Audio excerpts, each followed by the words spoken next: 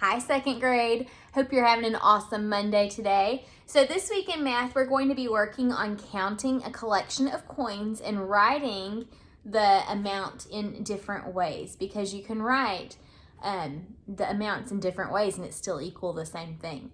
We're also going to still be working on your +9 math fact strategy. So let's look at that first.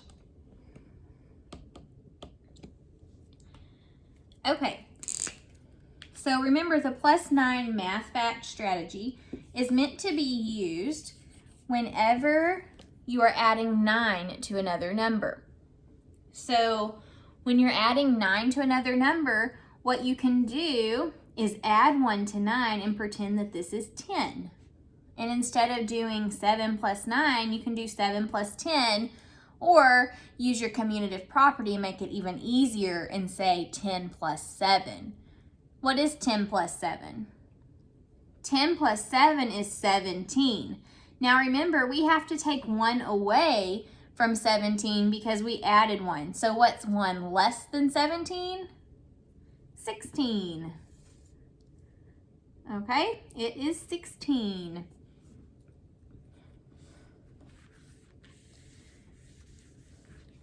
All right, let's try this one. 9 plus 5.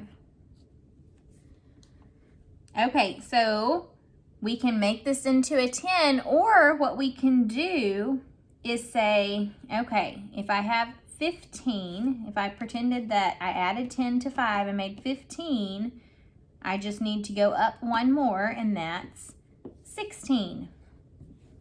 What we basically did is say 10 plus 5. Oh, Miss Clark is wrong. Oh my goodness. Let's just go back. I don't know what I'm thinking. All right, 10 plus 5 is 15, but then we have to take 1 away, not add 1, hello. Take 1 away from 15, and that is 14. So 9 plus 5 is 14. Let me give you one to try to solve, and then we're gonna move on.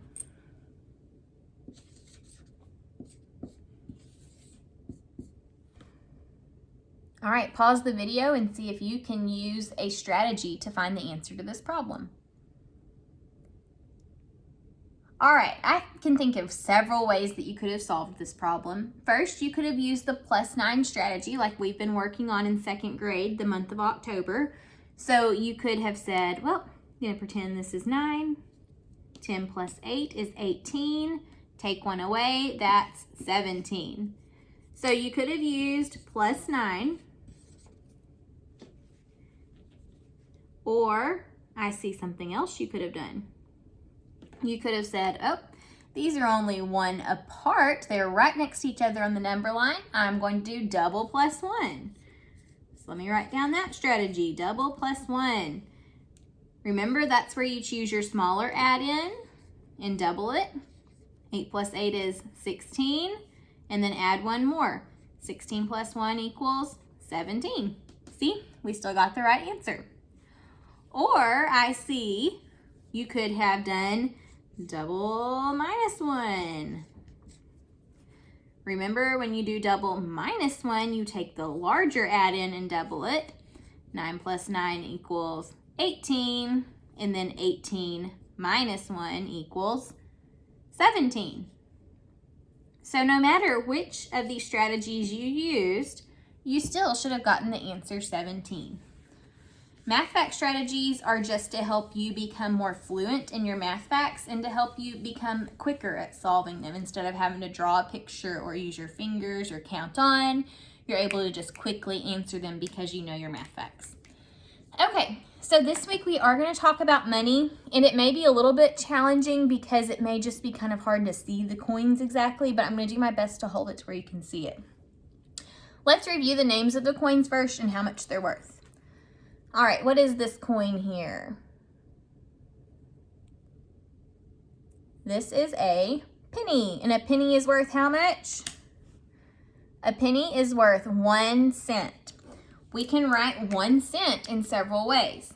We can write it like this, 1 with the cent sign. We can write it with the dollar sign. So you have $0 and you put your decimal point There are no tens, there's just 1 1. This is a way to write 1 cent. You can also write it in words like this, using the word cent or 1 cent. So there are several different ways to write it. Just remember, you don't put your cent sign first like this, okay? That's a no-no. The cent sign comes last. And you can't write it like this because this means $1, but this is 1 cent. Let's look at the next coin.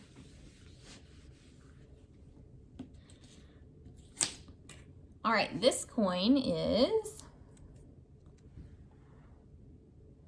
sorry, my finger's a little dirty from all the markers I've been using today. What is this coin? If you look at the back there, it tells you how much it's worth. It says 5 cents. What is this coin? This is a nickel. A nickel. And it's worth 5 cents. So it can be written like this. You can write 5 cents like this: $0, 0 tens, 5 ones. You can write it with words either way. Oops.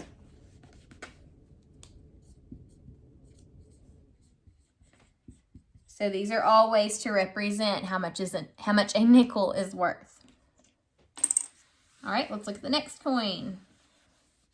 These should all be a review because you have learned these before in kindergarten and in first grade. All right, what is this coin?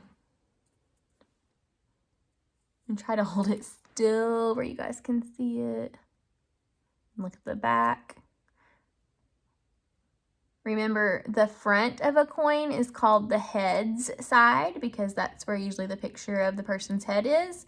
And the back is called tails. So this is the tails side of this coin and this is the head. What coin is this?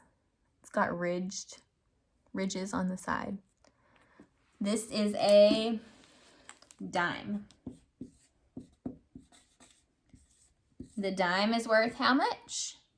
A dime is worth 10 cents.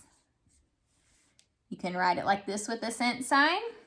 If you write it with the dollar sign, you put $0 with your decimal point. 1 10, 0 ones, 10. That's how you write 10 cents. You could write it like this. Or you can write it in all words. Those are all ways to write 10 cents. All right, the last coin that we're going to review is this coin right here.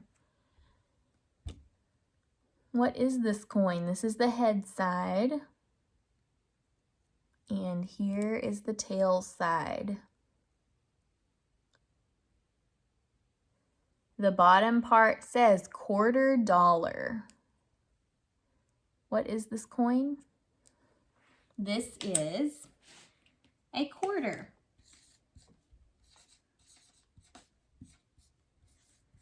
A quarter is worth 25 cents. It can be written like that with the cent sign. If you write it with the dollar sign, you'll write it like this. You can write it like this or like this.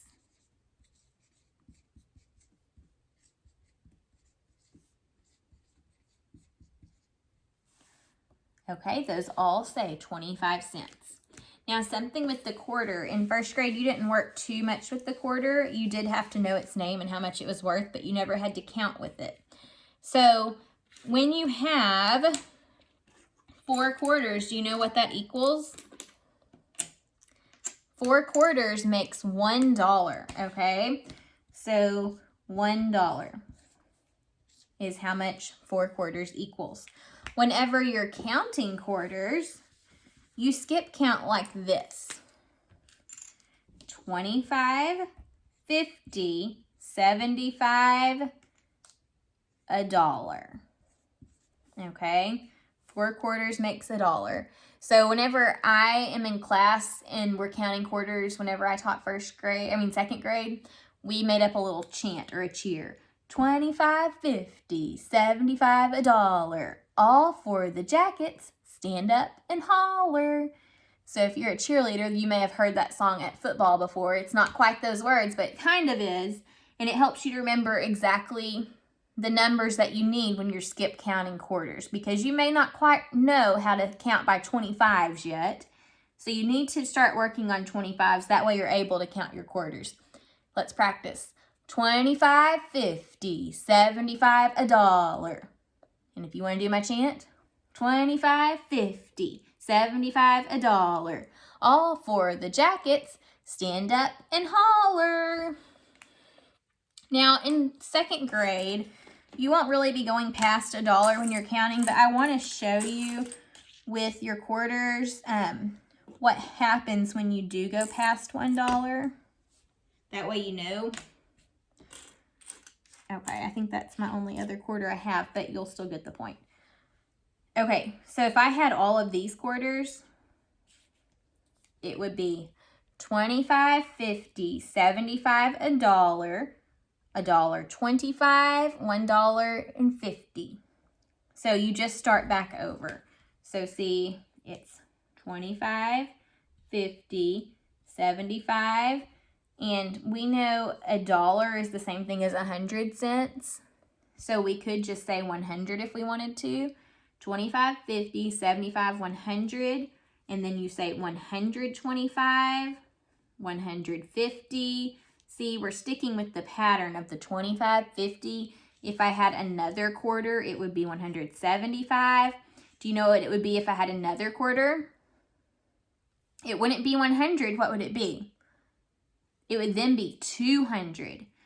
So I could say this is 200 cents, or you add your decimal point back in, and it's $2, or $1.75, or $1.50, or $1.25.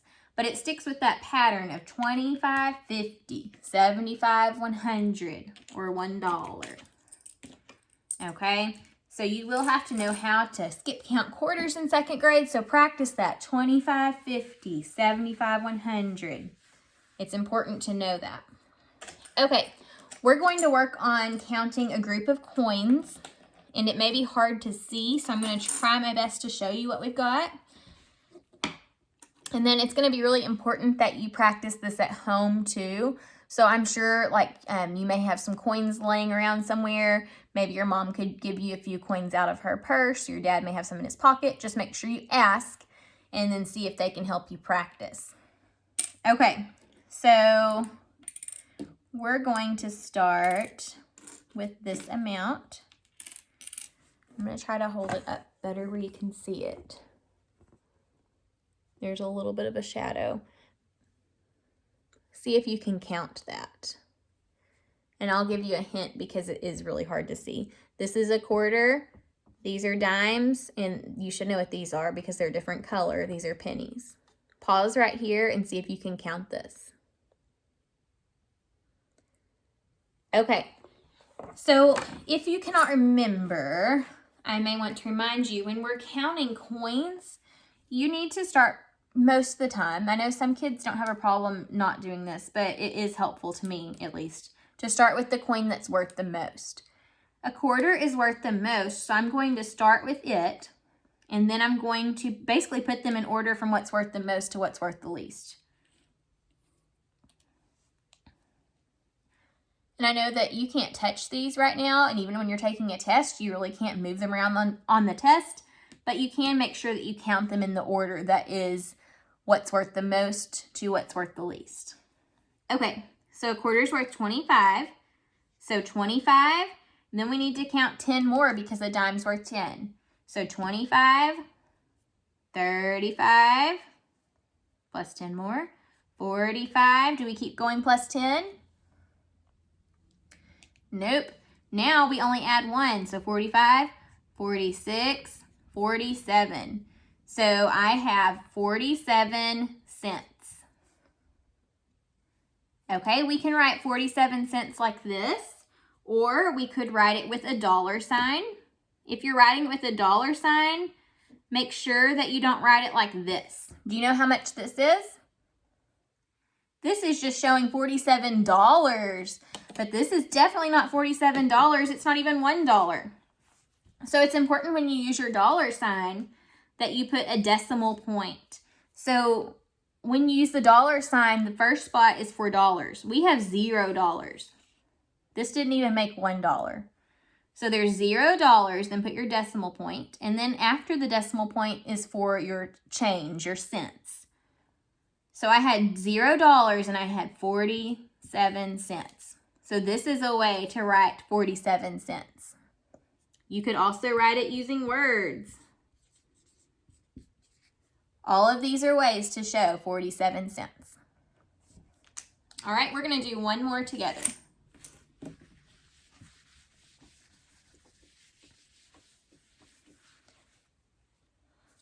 Okay, here's the next problem.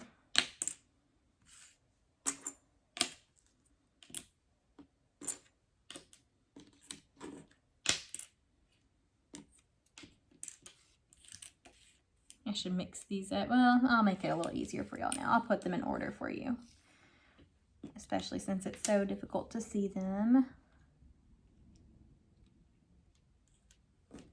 Okay.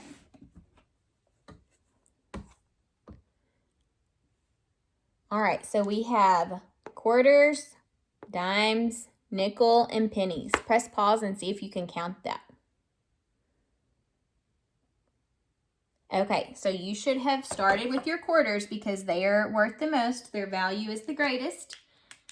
You should have counted 25, and then remember our chant, 25, 50. So 50 is next. 25, 50.